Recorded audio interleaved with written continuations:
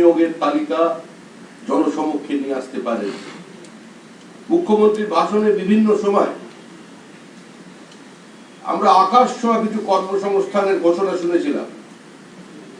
মুখ্যমন্ত্রীর বিভিন্ন ভাষণে বহু কর্মসংস্থানের গল্প আমরা শুনেছি, বহু চাকরির পরিসংখ্যান শুনেছি, কিন্তু সরকার শ্বেতপত্র প্রকাশ করে সেই তথ্য মানুষের সামনে নিয়ে আসতে পারেন। যারা বিভিন্ন সময় বিনিয়োগের কথা বলেছেন, তারা রাজ্যের অর্থনৈতিক সমীক্ষায় তাদের বক্তব্যগুলোকে কার্যত অনুপস্থিত রেখে দিয়েছেন। গতকাল অমিত মিত্র টুইট করে যে খবর জানিয়েছেন যে করোনা কালে এই রাজ্যের এমএসএমইতে ৬৩,০০০ কোটি টাকা বিনিয়োগ হয়েছে। কোথা থেকে এলো এই টাকা? কোন শিল্প নতুন করে খুললো পশ্চিমবঙ্গে? রাজ্যের মুখ্যমন্ত্রী লাগাতার ভাবে বলে গিয়েছিলেন পশ্চিমবঙ্গের সমস্ত কিছু বন্ধ আছে করোনার কারণে, মানুষ অনাহারে আছে, রাজ্য সরকার তার পাশে দাঁড়ানোর চেষ্টা করছে, কেন্দ্রীয় সরকারের কোনো সহযোগিতা নেই। মুখ্যমন্ত্রী মঞ্চে দাঁড়িয়ে বলেছেন যে তোমরা টাকা দাও, উনি ওনার ভাষায় বলেছেন যে কেন্দ্র টাকা দেয় যে আমি তাদের হিসাব দেব। মুখ্যমন্ত্রী বারবার বলেছেন জীবন এবং জীবিকা স্তব্ধ হয়ে গেছে করোনার কালে, কেন্দ্র সরকারের কোথাও কোনো সহযোগিতা নেই, রাজ্য প্রাপ্য টাকা থেকে বঞ্চিত হচ্ছে, কেন্দ্রের বঞ্চনা তত্ত্ব আমরা বারবার শুনেছি। কিন্তু আজ অমিত মিত্র কার্যত বেলা শেষে তিনি কেন্দ্রের সহযোগিতার কথাই পশ্চিমবঙ্গের মানুষের সামনে একটু ঘুরিয়ে তুলে ধরেছেন। আবার তাকে অভিনন্দন জানাচ্ছি। তিনি বলছেন ৬৩,০০০ কোটি টাকা সরকারি ব্যাংক থেকে, বিভিন্ন ব্যাংক থেকে বিনিয়োগ করা হয়েছে এমএসএমইর ক্ষেত্রে। আপনাদের মনে থাকবে যে কেন্দ্রীয় সরকার করোনা কালে মানুষের সঙ্গে যে অসুবিধা তৈরি হয়েছিল, এই করোনা অতিমারির সময় এই অভূতপূর্ব পরিস্থিতিতে অর্থনৈতিক ব্যবস্থা যাতে ঘুরে দাঁড়াতে পারে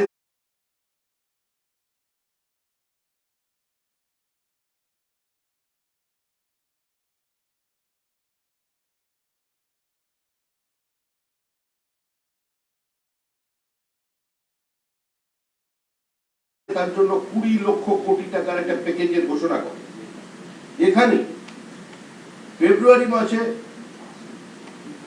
যারা ঋণ নিয়েছিলেন সরকারের বিভিন্ন ব্যাংকের থেকে, যে সমস্ত এমএসএমই সেক্টরে যাদের সম্পূর্ণ কাজকর্ম বন্ধ থাকার কারণে তারা কর্মচারীদের বেতন দিতে পারছিলেন না, ব্যাপক কর্মসংস্থান সংকোচনের সামনে যখন তাদের বিভিন্ন প্রতিষ্ঠান এবং সামগ্রিকভাবে রাজ্য পৌঁছে গিয়েছিল, তখন কেন্দ্রীয় সরকার কোনো গ্যারান্টি ছাড়াই,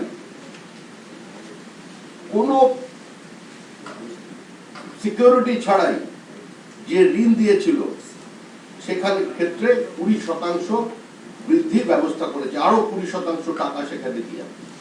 এখন প্রশ্ন হলো, একটা কারখানা যদি ১ কোটি টাকা তার ঋণ থাকতো ব্যাংকের কাছে, সেখানে যদি ১৫ জন মানুষের কর্মসংস্থানের ব্যবস্থা ছিল, করোনা কালে সমস্ত কিছু বন্ধ হয়ে যাওয়ার ফলে ওই ১৫টি মানুষ কর্মচ্যুত হয়েছে বা তাদের সংস্থা টাকা দিতে পারছে।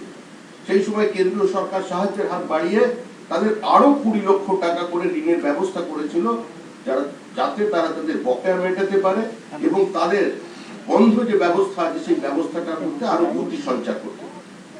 এক্ষেত্রে নতুন করে কোথায় কর্মসংস্থান? যে এমএসএমই শিল্প পশ্চিমবঙ্গে ছিল, যারা এক্সিস্টিং, যে সমস্ত প্রোডাকশন হাউসের কাজকর্ম চলছিল, করোনার জন্য যাদের বন্ধ হয়েছিল, তাদের সম্পূর্ণ চালু করবার জন্য রাজ্য সরকারের পক্ষ থেকে উদ্যোগ নেওয়া হয়নি বা রাজ্য সরকারের সেই উদ্যোগ নেওয়ার ক্ষমতা নেই। সেখানে কেন্দ্রীয় সরকার তাদের আবার নতুন করে ২০% ফার্দার লোনের ব্যবস্থা করে দিয়ে তাদের সংস্থাটাকে, পুরো প্রসেসটাকে চালু রাখার ব্যবস্থা করেছে। আজকে অমিত মিত্র বলছেন কেন্দ্রীয় সরকারের ওয়েবসাইটে তাদের পরিসংখ্যান অনুযায়ী ১ কোটি টাকা যদি কোনো ক্ষেত্রে বিনিয়োগ হয়, ৩৬ জনের কর্মসংস্থান হতে পারে। এবার কত ঋণ দিয়েছেন সেটাকে ডাউনলোড করে সেটাকে ৩৬ দিয়ে গুণ করে একটা কর্মসংস্থানের হিসাব মানুষের সামনে তুলে ধরেছে। সুস্থ স্বাভাবিক মানুষ তারা দেখেছে তাদের প্রতিবেশীরা কি কজন নতুন চাকরি পেয়েছেন। নির্বাচনের আগে, নির্বাচনের বিধি ঘোষণা হয়ে যাওয়ার পর তারা নতুন তথ্য মানুষের সামনে নিয়ে আসছেন।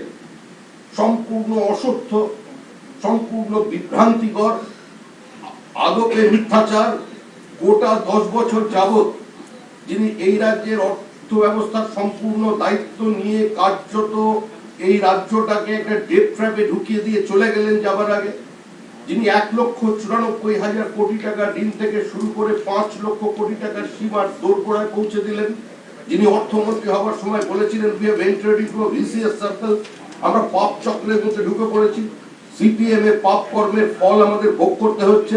আজকে তিনি চলে যাবার সময় কোনো নতুন দিশা দেখাতে পারলেন না। সুস্থ অবস্থায় বাড়িতে বসে থাকলেন তিনি, রাজ্যের মুখ্যমন্ত্রী, তিনি ভোটার অ্যাকাউন্টে কার্যত তিনি তার ম্যানিফেস্টো পড়লেন, অনেক অবাস্তব ঘোষণা আমরা সেদিন শুনেছিলাম।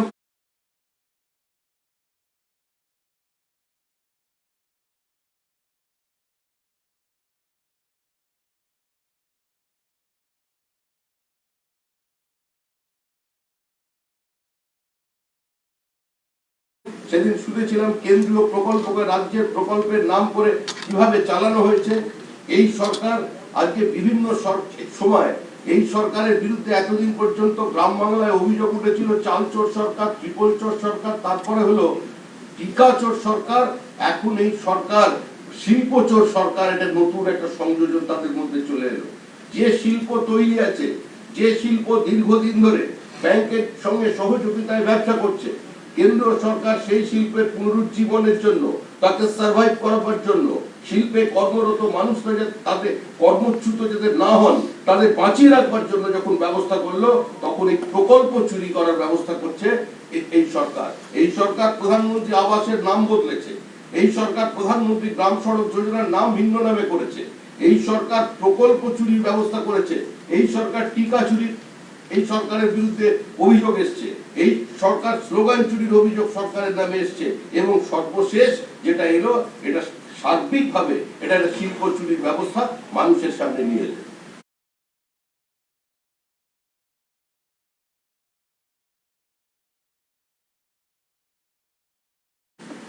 গতকাল বিহারের মুখ্যমন্ত্রী,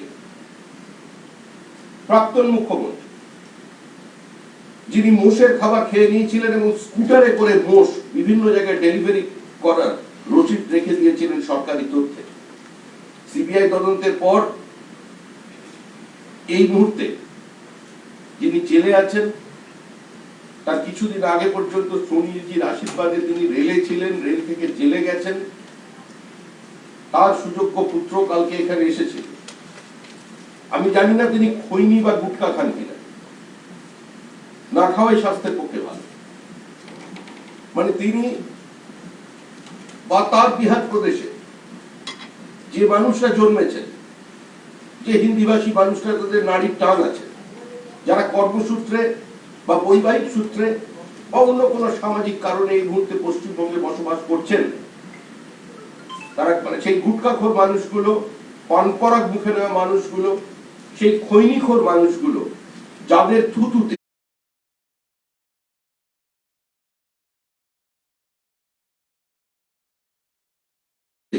পশ্চিমবঙ্গের লোহার রডে যাতে জং না লেগে যায়, যার জন্য তৃণমূল কংগ্রেস সদা সচেষ্ট ছিল। আজকে সেই গুটখাখোরদের নেতা কালকে এসেছিলেন নবান্নে। অবশ্যই এই শব্দ চয়ন, এই বিশেষণ এই মুহূর্তে শাসক দলের বিভিন্ন স্বনামধন্য নেতাদের থেকেই আগত। আপনাদের সংবাদ মাধ্যম বিভিন্ন সময় ফলাও করে বারবার সকাল থেকে রাত্রি পর্যন্ত তা দেখিয়ে যান। সেই ভদ্রলোক যিনি কালকে এসেছিলেন, আমরা সম্পূর্ণ নির্বাচনী রীতিনীতিকে অগ্রাহ্য করে, অস্বীকার করে, মডেল কোড অফ কন্ডাক্ট চালু হয়ে যাবার পর তিনি নবান্নে রাজ্যের মুখ্যমন্ত্রীর সঙ্গে দেখা করলেন, নবান্ন থেকে বেরিয়ে সেই চত্বরে কার্যত তৃণমূল কংগ্রেসের হয়ে ভোট চাইলেন, তৃণমূল কংগ্রেসকে সমর্থন করেন। এটা নির্বাচন বিধিভঙ্গের সামিল। আরেকজন এসেছেন, আসছেন শুনছি, তিনিও নৈতিক সমর্থন দিয়ে দিয়েছেন উত্তরপ্রদেশ থেকে। বাংলার মানুষ, বাংলার রাজনীতি উদ্বেল হয়ে উঠবে হয়তো আগামী দিনে তার আশীর্বাদের কারণে বা তার ওই মরাল সাপোর্টের কারণে। আরেকজন আছেন, কংগ্রেস ভেঙে দল তৈরি করেছিলেন মহারাষ্ট্রে এনসিপি, শরদ পাওয়ার, উনিও নাকি সমর্থন করেছেন। এরা সবাই আসছে। এর আগের দিন ভাইজানের ব্রিগেডে আমরা দেখলাম ডি রাজা সীতারাম ইয়েচুরি, ছত্তিশগড়ের মুখ্যমন্ত্রী বাঘেল। মুখ্যমন্ত্রীর কাছে একটাই প্রশ্ন, দেশের স্বরাষ্ট্রমন্ত্রী অমিত শাহ, দেশের প্রধানমন্ত্রী নরেন্দ্র দামোদর দাস মোদী, পৃথিবীর সবচেয়ে বড় রাজনৈতিক দলের সভাপতি শ্রী জগৎ প্রকাশ নাড্ডা, তারা যখন পশ্চিমবঙ্গে আসেন তখন তারা বহিরাগত। তাহলে এখন যারা সমাগত হচ্ছেন মুখ্যমন্ত্রীর দুয়ারে, তাদের সম্পর্কে উনি কি কথা বলেন?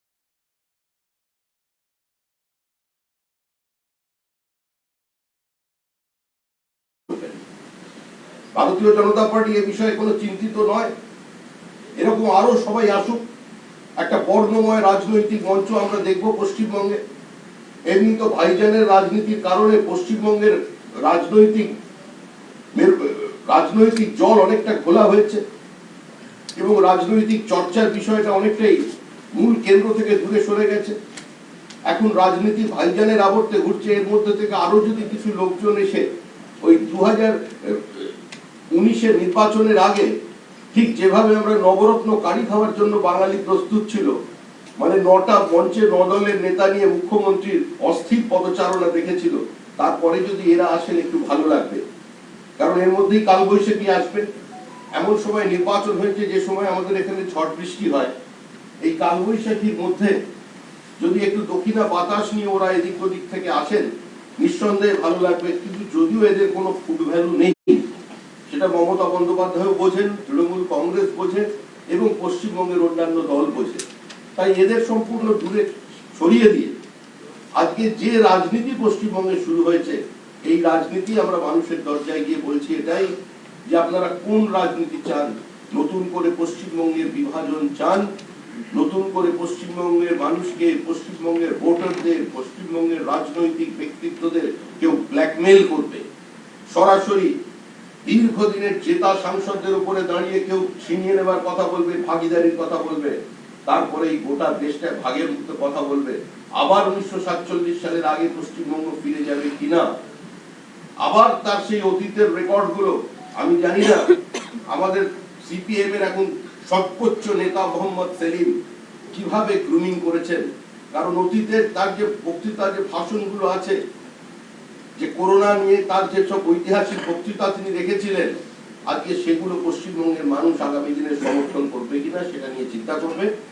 আমাদের বক্তব্য এটাই, আমাদের রাজনীতি অত্যন্ত স্পষ্ট। এই সাম্প্রদায়িক মেরুকরণের বিরুদ্ধে, এই ঘৃণ্য পশ্চিমবঙ্গের থাবা বসানোর বিরুদ্ধে, পশ্চিমবঙ্গকে ভাগিদারির নাম করে পশ্চিমবঙ্গ ভাঙার চক্রান্তের বিরুদ্ধে বিজেপি শেষ পর্যন্ত লড়াই করবে। ধন্যবাদ।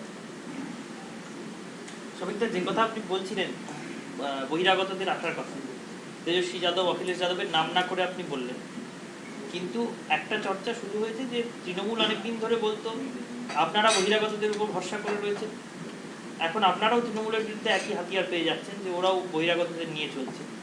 এই একটা কোনো বাধ্যবাধকতা কি তৈরি হচ্ছে যে দুই দলকেই বহিরাগতদের উপর ভরসা করতে হয়? একটা সর্বভারতীয় রাজনৈতিক দলের সভাপতি, তার সাধারণ সম্পাদক, তার এমএলএ, এমপি, মুখ্যমন্ত্রী, তারা আসবে না? এটা তো পারসেপশনে আমরা প্রথম দিন থেকে বলছি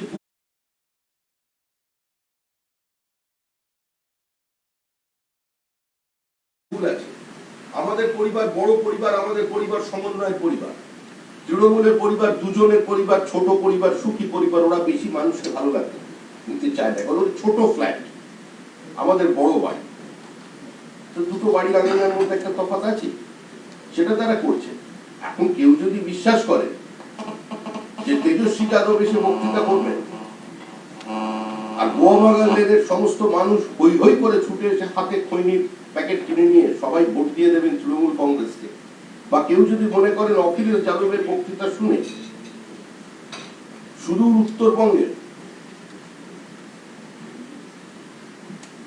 কোন প্রত্যন্ত গ্রামের মানুষ তার বক্তৃতায় প্রভাবিত হয়ে নতুন করে তৃণমূলের ছাড়া পতাকা আবার ধরে নেবেন, কেউ যদি মনে করেন কৃষক নেতা শারদ পাওয়ারের বক্তব্য শুনে আরামবাগের ভোটার ফলাফলটাই পুরো ঘুরে যাবে, আলু চাষিরা তৃণমূলের পক্ষে যাবে, যাদের আত্মহত্যাটাকে কার্যত পারিবারিক কলহ বলে তৃণমূল চালিয়েছিল, তাহলে তারা আনন্দিত হতে পারেন। আমি তো আবার বলছি, এটার কোনো ফুড ভ্যালু নেই, আমরা এ নিয়ে চিন্তিত নয়, কিন্তু যে পারসেপশনটা এখানে তৈরি করা হয়েছে, যে অপপ্রচারটা চলেছে, যে নতুন ন্যারেটিভ তৃণমূল কংগ্রেস উগ্র প্রাদেশিকতার রাজনীতি নিয়ে এসেছিল, আজকে সেই পথে, সেই নিজেদের হাঁটা পথেই আজকে তারা, আমি সখাত সলিলে ওই যে আছে না ওই রকম, হ্যাঁ, দোষ কারণ নয় আমারই, সেই সময়টুকুনি এসে গেছে। আমরা এইটুকুনি মনে করিয়ে দেওয়ার জন্য রাজনৈতিক কারণেই মানুষের কাছে সকলকে নিয়ে আসতে পারে। সমস্ত অবিজেপি শাসিত রাজ্যের মুখ্যমন্ত্রীদের স্বাগত। ইতিহাস না জানা ছত্তিশগড়ের মুখ্যমন্ত্রী বাঘেলকে আবার স্বাগত। উনি সারা পশ্চিমবঙ্গে এসে বক্তব্য রাখুন কংগ্রেসের সম্পর্কে। উনি আবার পশ্চিমবঙ্গে এসে সীতারাম ইয়েচুরির হাত ধরে উনি একবার বলুন, আবার যে কি সুন্দর বলছিলেন বিপিন পালের গল্প, একবার বলুন 150 বছর দেশবন্ধু চিত্তরঞ্জন দাসের উদযাপিত হচ্ছে, কোথাও কংগ্রেস বা তৃণমূলের কোন সভা হয়েছে চিত্তরঞ্জনের জন্য? তোমরা সাংবাদিকরা একটা ইনস্ট্যান্ট দেখাতে পারবে গোটা পশ্চিমবঙ্গে 150 বছর চলছে দেশবন্ধু চিত্তরঞ্জন দাসের, নেতাজি সুভাষচন্দ্র বসুর দীক্ষাগুরু, কলকাতা কর্পোরেশনের আধুনিক চেহারা, কলকাতায় কর্পোরেশন আন্ডারে তার শিক্ষা এবং স্বাস্থ্য ব্যবস্থা যিনি ইন্ট্রোডিউস করেছিলেন, যিনি মাত্র তার 8 বছরের রাজনৈতিক জীবনে গোটা ভারতবর্ষের রাজনীতিকে প্রভাবিত করেছিলেন, যিনি কংগ্রেসের নির্বাচিত সভাপতি হয়েছিলেন, যিনি কলকাতার মাটিতে দাঁড়িয়ে গান্ধীজির খিলাফত আন্দোলনের ডাককে বিরোধিতা করেছিলেন, নিজেদের বক্তব্যকে এস্টাবলিশ করবার জন্য কংগ্রেসের সর্বোচ্চ নেতৃত্বদের কথাকে যিনি প্রভাবিত করেছিলেন, সেই দেশবন্ধু চিত্তরঞ্জন দাস, যার লিগ্যাসি কংগ্রেস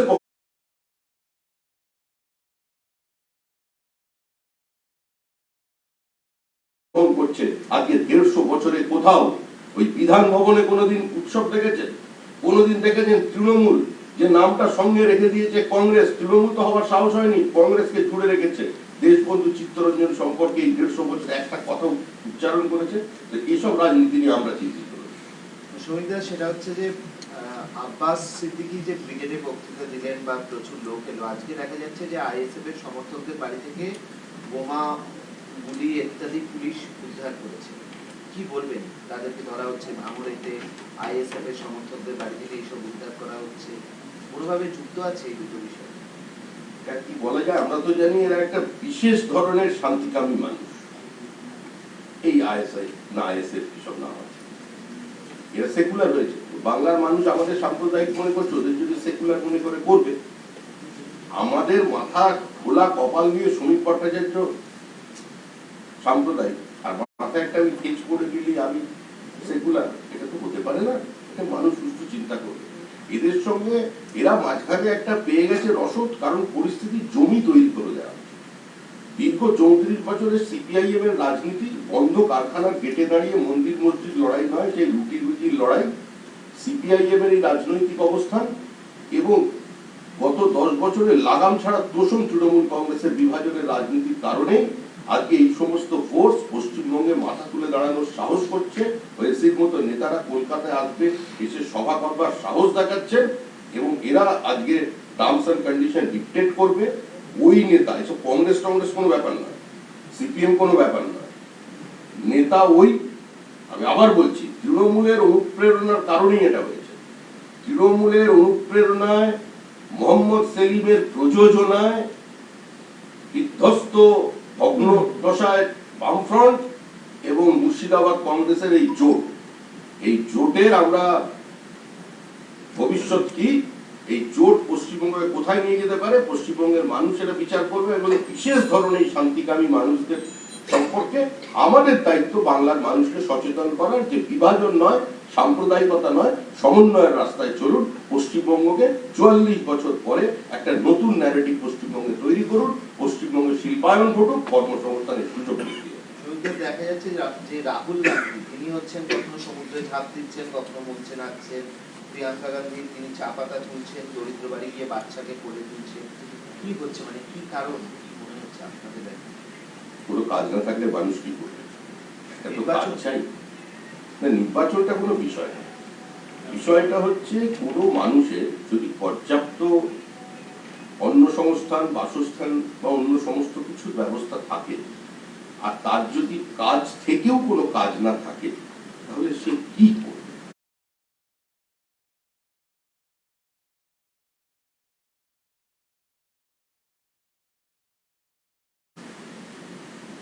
কংগ্রেসের রাজনৈতিকভাবে অকুল সমুদ্রে পড়ে গেছে, আরো গভীর সমুদ্রের দিকে এগোবে, সেই জন্য সাঁতার কেটে প্র্যাকটিস করছে। অমিত শাহ, মোদী, নাড্ডা এদের কতগুলো সভা হবে বা কি হবে কিছু আপনাদের এর মাঝখানে ইলেকশনের আগে কতগুলো সভা হবে বা কিছু আপনাদের? সর্বভারতীয় দল, আমি আবার বলছি, বড় দল, এই পরিবারের প্রত্যেক ছেলে মেয়ে তো চাইবে তার কাছে গুরুজনরা আসুক, গার্জেনরা আসুক, যে যার আবদার করবে। কারণ আবদার তো ফেলে দেওয়া যাবে না। সবাই বলছেন আমার ওপরে যেতে হবে, আমার সাব ডিভিশনে যেতে হবে, আমার বিধানসভায় যেতে হবে। তো সবাইকে মিলিয়ে মিশিয়ে দুটো 54টা বিধানসভার মধ্যেই যাতে সর্বভারতীয় অন্তত 3জন নেতার যাতে একটা স্পর্শ থাকে, মানে সব জায়গাতেই যাতে তৃণমূলকে একটু অনুরাগের ছোঁয়া দিয়ে যাওয়া যায়, তার জন্য পার্টি সচেষ্ট এবং তারাও আগ্রহী।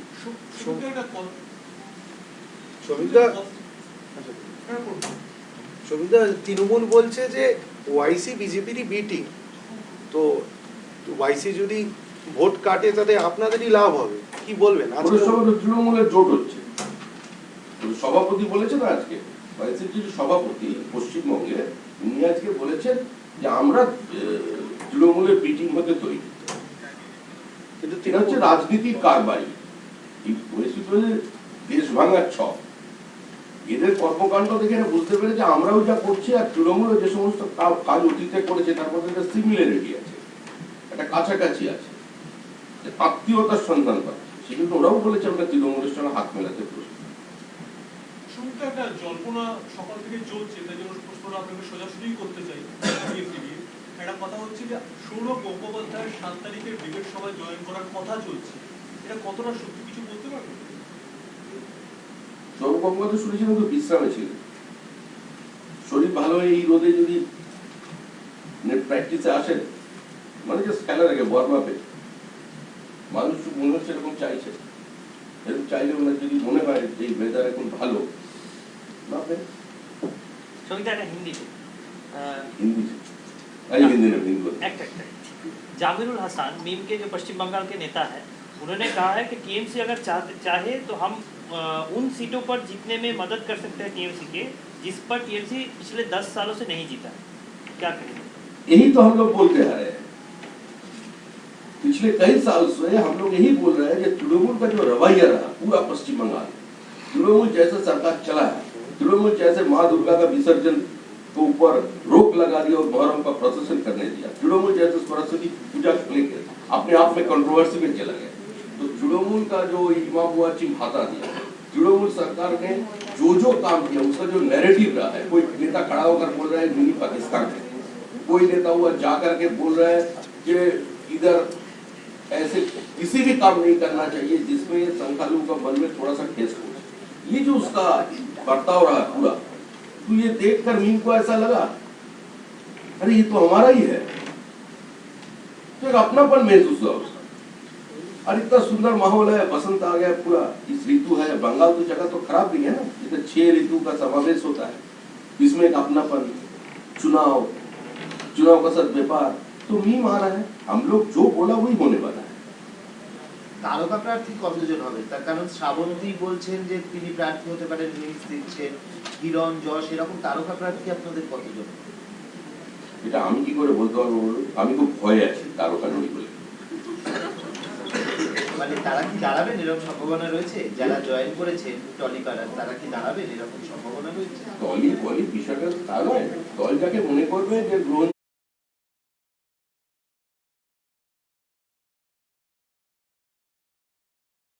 যোগ্যতা আছে, মোটামুটি এ গেলে এ হাত নাড়লে ওদিক থেকেও মানুষ হাত নাড়বে, এরকম যাদের মনে করবে।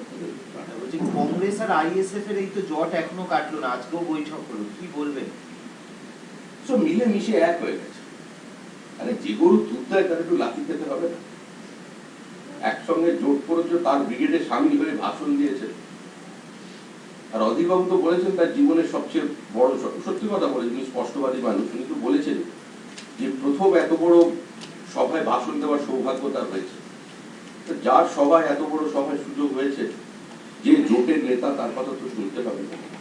আচ্ছা, আজকে উত্তরপাড়ায় রথযাত্রা আটকে দেওয়া হয়েছিল, সকাল থেকে তৃণমূলের সঙ্গে গন্ডগোল, তাদের অভিযোগ যে তাদের দিকে কটূক্তি, তাদের পার্টি অফিসে মাইক বাজিয়ানো হচ্ছিল।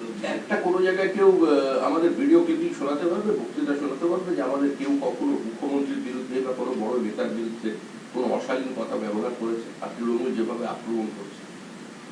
আমরা তো ওদের সঙ্গে পুলিশ আছে, এখনো যেহেতু এমসিসিটা খুব ভালোভাবে চেপে বসেনি, বেলা শেষে এখনো কিছু লোক মাথা উঁচু করে লাফালাফিরা করছে। আমরা বলছি আমরা শান্তি চাই, কিন্তু তৃণমূল শুনছে না। আমরাও কতদিন আমাদের কর্মীদের আটকে রাখবো? শ্রমিকরা, আপনি তেজস্বী যাদব এসে নবান্নের মুখ্যমন্ত্রীর সঙ্গে দেখা করেছেন, সেটা নির্বাচনী বিধিভঙ্গের বলে অভিযোগ করেছেন।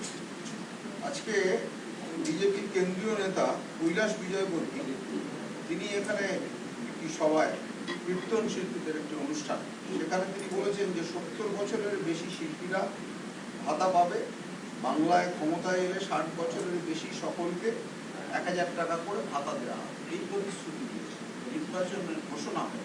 নির্বাচন ঘোষণার পরেই তো নির্বাচনী ইস্তাহার বের হয়ে যায়, খবরটা লিক করে দিয়ে যায়, এরকম একটা অভিযোগ করতে পারে, তাহলে সেটা ছিল। কিন্তু নির্বাচন তো প্রতিশ্রুতি, নির্বাচনী প্রচার মানে কি, সরকারে এলে আমরা কি করবো তার প্রতিশ্রুতি, আমাদের রোডম্যাপ কি সেটা বলা। এখন তো আমাদের নির্বাচনটা ঘোষণা হওয়ার পরেই রাজনৈতিক দল তার ইস্তাহার প্রকাশ করে, এখনো পর্যন্ত কোনো দল করেনি, আমরাও করি। কি কি থাকবে ইস্তাহারে বড় নেতারা জানেন, উনিও জানেন কি আমাদের আছে। সে একটা দুটো পয়েন্ট বলেছে, এতে নির্বাচনী বিধি ভঙ্গে আরো বলবে, আরো আছে আমাদের।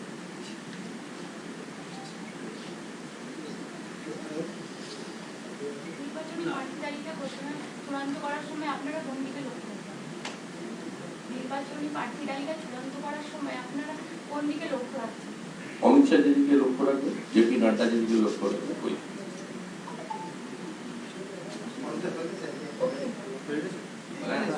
আনতো।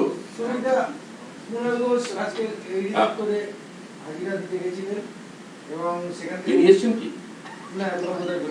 তাহলে সেই ঠোকারটা শুনেছি, ঢোকার সময় বলে গেছেন যে আমরা যেরকম সহযোগিতা করছি, ডাক পাচ্ছি, যারা দল বদল করে বিজেপিতে গেছে তারাও যেন ডাক পায়, তারাও যেন না বাঁচতে পারে। গরমের মধ্যে ডাকাডাকি করতে বলছি, হ্যাঁ না কুণাল ঘোষের সঙ্গে বিজেপির তো কোনো বৈরিতা নেই। বিজেপি বারবার কুণাল ঘোষের অসহায়তার কথা মানুষের সামনে বলার চেষ্টা করছে, টিভি প্যানেলে বলেছে, বক্তৃতায় বিজেপি নেতারা বলেছে যে কুণাল ঘোষের সঙ্গে যে আচরণ পশ্চিমবঙ্গ সরকার করেছে এত অমানবিক, হ্যাঁ, এই ধরনের দৃষ্টান্ত যে স্থাপন করেছে পশ্চিমবঙ্গ সরকার, এত অসহিষ্ণু সরকার আমরা ভারতবর্ষে কোথাও দেখিনি। একটা মানুষ অসুস্থ, একটা মানুষ বারবার বলছেন আমাকে চিকিৎসার সুযোগ দাও, একটা মানুষ বারবার সরকারের কাছে আবেদন করেছেন আমার মা অসুস্থ, আমাকে একবার বাড়ি যেতে দাও, সরকার থেকে একটা থানা থেকে আরেকটা থানা, একটা জেল থেকে আরেকটা জেলে দিয়েছে। একটা মানুষের গোটা মুখে দাঁড়িয়ে হয়ে গেছে, দেখে বোঝা যাচ্ছে যে দাঁড়ানোর মতো অবস্থায় নেই, তাকে সেই সময় কোর্টে নিয়ে যাচ্ছে একজন সাংবাদিক। এই পশ্চিমবঙ্গে 2011 পরিবর্তনে যার একটা নির্দিষ্ট ভূমিকা ছিল, পশ্চিমবঙ্গে 2011 মন্ত্রিসভা তৈরির সময় মমতা বন্দ্যোপাধ্যায়ের সঙ্গে যে 4 জন সেদিন উপস্থিত ছিলেন, মানে এখনো মন্ত্রীরা বলেন, সেই বৈঠকে পর্যন্ত যে কুণাল ঘোষ উপস্থিত ছিলেন, যিনি তৃণমূল কংগ্রেসের সাংসদ ছিলেন, সে এক মুখ দাঁড়িয়ে গিয়ে সাংবাদিকদের কিছু একটা বলতে চাইছে, সে মানুষটাকে বলতে পর্যন্ত দেওয়া হয়নি। এত অমানবিক আচরণ সরকারের, এত অসহিষ্ণু আচরণের কথা আমরা বারবার তুলে ধরেছি। আমাদের সঙ্গে কুণাল ঘোষের কথা বলি, উনি এখন বলছেন আমাদের বিরুদ্ধে, আরো বলবেন, গণতন্ত্রের তাকে স্বাগত জানাচ্ছে, উনি যত বলবেন সেটা হয়তো পৃথিবীর পক্ষে মঙ্গল হচ্ছে। আমরা তাকে ভালো রাখতে চাই, ভালো দেখতে চাই, তাকে আরো সক্রিয় দেখতে চাই, তাকে আরো আমরা ভোকাল। সমিতা, আজকে থেকে অফিসিয়ালি নমিনেশন শুরু হলো 2রা মার্চ, 9 মার্চ অব্দি প্রথম দফার মনোনয়ন দেওয়া। সেক্ষেত্রে প্রথম দফার প্রার্থীদের প্রার্থী তালিকা বিজেপি কবে প্রকাশ করছে? বিজেপির তো প্রার্থী তালিকা হট করে রাজ্য থেকে হয় না, আমাদের নির্দিষ্ট প্রক্রিয়া আছে। বিজেপির প্রার্থী তৈরি আছে, প্রার্থী তালিকাও তৈরি আছে, ঠিক দিনক্ষণ দেখে আমরা চাই। সারা টক উঠেছে খেলা হবে তো সেই খেলার পরিপ্রেক্ষিতে কিরকম খেলা উঠে আসবে বলে মনে করছে? আমি বলছি ভোটের পরে দেখা হবে। Thank you. ছবি নেবে ছবি। আবার ছবি সুন্দর হচ্ছে, এই তোমরা ছবি ভালো লাগে। কত সুন্দর সুন্দর আছে রোজ